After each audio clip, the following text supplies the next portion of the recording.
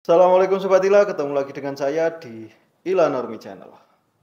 Belakangan ini ada sebuah berita yang ramai diperbincangkan di ranah publik, yaitu adanya seorang YouTuber terkenal yang memutuskan untuk menjadi seorang mu'alaf. Ya, seperti biasa, berita ini langsung viral. Komentar pun membanjiri berbagai macam platform media sosial membahas tentang YouTuber tersebut yang menjadi mu'alaf. Ada yang mendukung, ada yang meragukan, bahkan ada yang mempertanyakan jalur mu'alafnya. Loh, kok bisa? Kira-kira kenapa? Mengapa ya kira-kira masyarakat kita itu begitu sangat keponya dengan agama orang lain, dengan keyakinan orang lain? Padahal kalau kita berpikir, bukankah agama, bukankah keyakinan ini adalah urusan pribadi?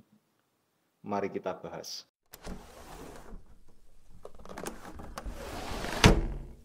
Setiap kali ada selebritis atau tokoh publik atau YouTuber terkenal berpindah agama, pasti ada suatu perdebatan. Mulai dari ada yang mengucapkan selamat, ada yang mencibir, sampai yang membahas apakah proses perpindahan agamanya itu sah atau tidak sah menurut agama yang dianutnya saat ini. Seolah-olah keputusan pribadi ini adalah urusan bersama. Pertanyaannya, kenapa masyarakat kita begitu antusiasnya mengomentari hal-hal yang seperti ini? Di Indonesia, agama itu bukan hanya sekedar urusan spiritual saja, tetapi juga agama itu merupakan masalah identitas sosial. Seseorang seringkali dinilai tindak tanduknya itu bukan dari moralitas atau tindakannya sehari-hari, tetapi dari agamanya.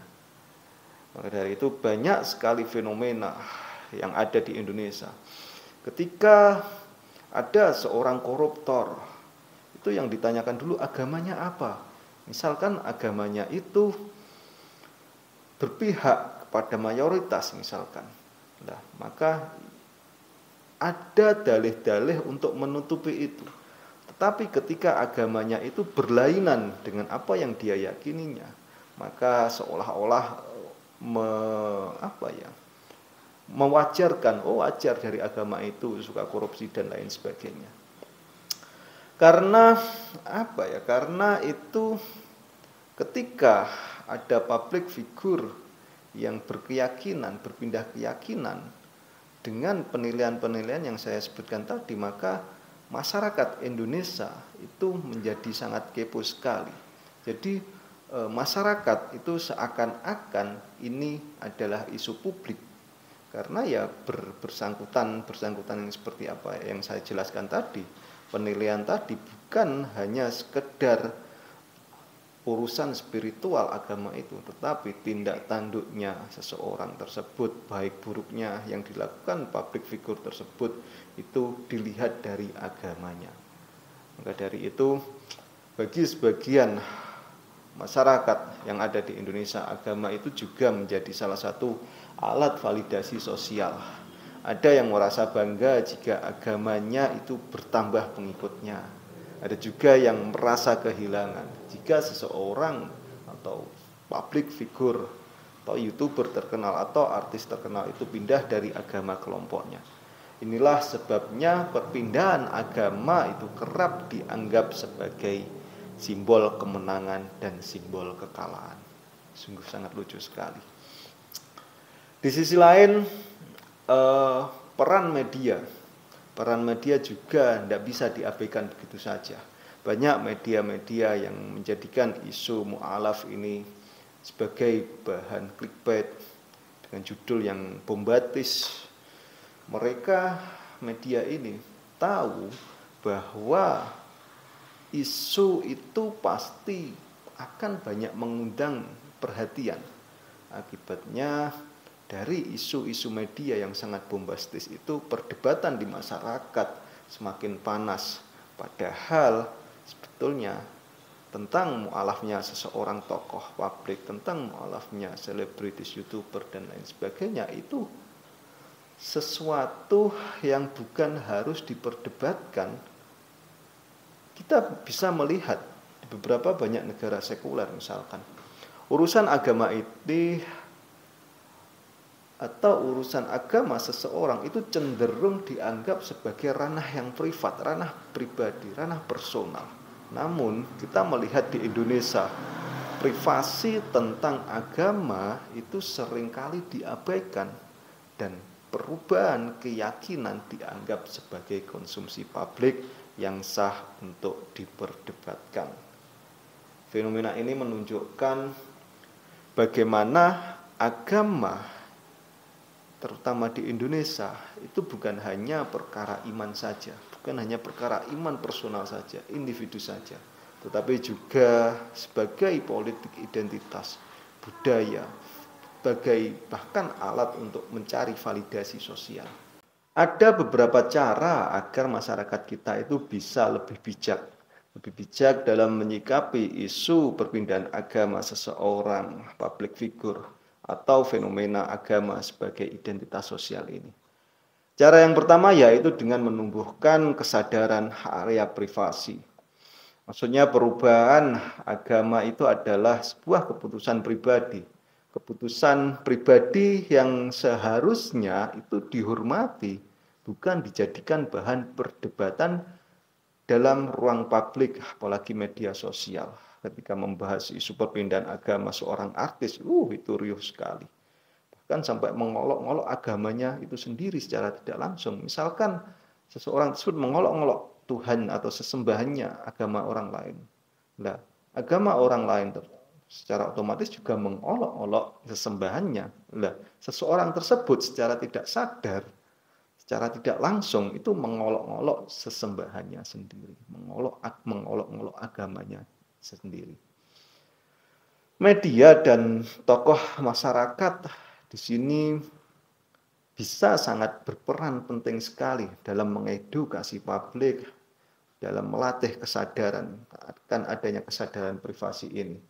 Bahkan bahwa keyakinan seseorang atau agama seseorang itu bukanlah sesuatu yang harus perlu dipersoalkan di ruang publik. Itu urusan personal, itu kesadaran privasi, itu ranah privasinya masing-masing. Cara yang nomor 2 yaitu untuk menumbuhkan agar masyarakat kita tidak selalu kepo tentang agama orang lain ini, yaitu mengurangi fanatisme dan polarisasi dan sikap polarisasi. Di masyarakat perlu lebih terbiasa dengan keberagaman dan menerima bahwa keyakinan seseorang itu bisa berubah tanpa harus dianggap sebagai suatu kekalahan pada kelompoknya atau suatu kemenangan pada kelompok tersebut. Ya, kurangilah fanatisme, karena kalau kita bisa mengurangi, kita beragama itu harus meyakini bahwasanya agamanya yang paling benar. Tapi keyakinan bahwasanya agamanya yang paling benar itu ranah privasi, ranah pribadi.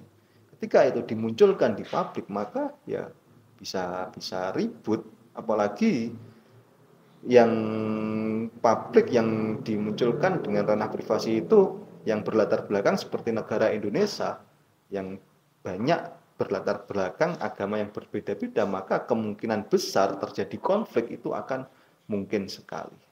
Nah, di sini pendidikan yang menekankan nilai-nilai toleransi dan berpikir kritis itu sangat perlu diperkuat sekali di dalam kehidupan kita berbangsa dan bernegara. Untuk apa ya? Untuk mengurangi fanatisme buta ini dan untuk mengurangi polarisasi yang terjadi di dalam masyarakat yang ada. Selanjutnya cara untuk mengurangi ini yaitu fokus pada substansi, bukan sensasi saja.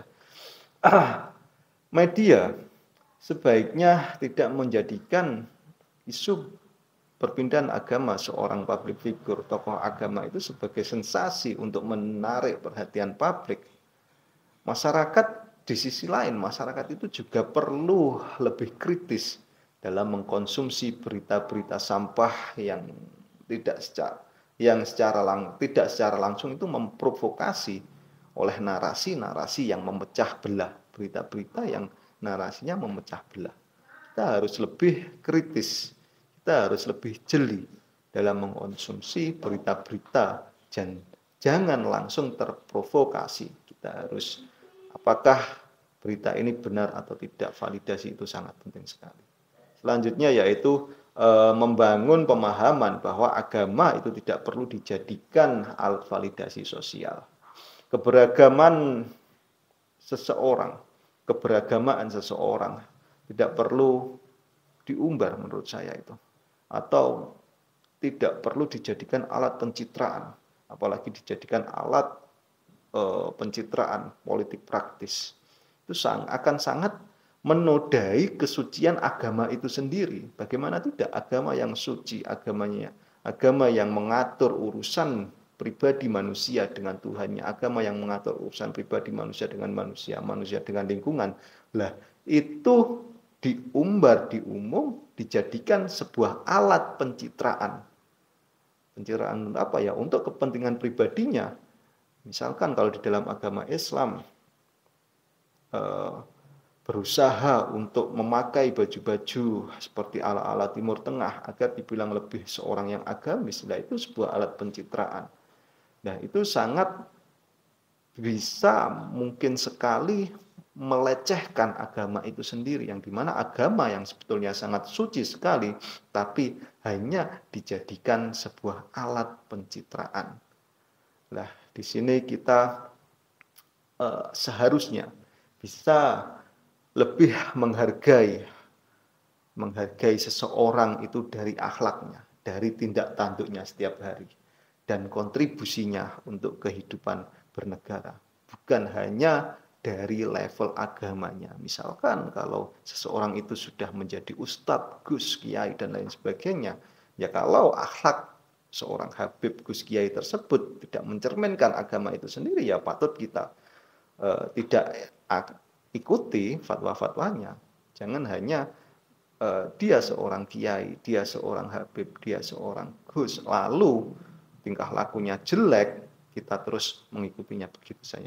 Jangan seperti itu. Selanjutnya yaitu kita harus menjaga ruang publik yang sehat. Di media sosial terutama, kita itu bisa mulai dari diri sendiri, untuk tidak ikut-ikutan menyebarluaskan atau memperdebatkan hal-hal yang sifatnya pribadi, ya, seperti perpindahan agama seseorang, tokoh publik itu.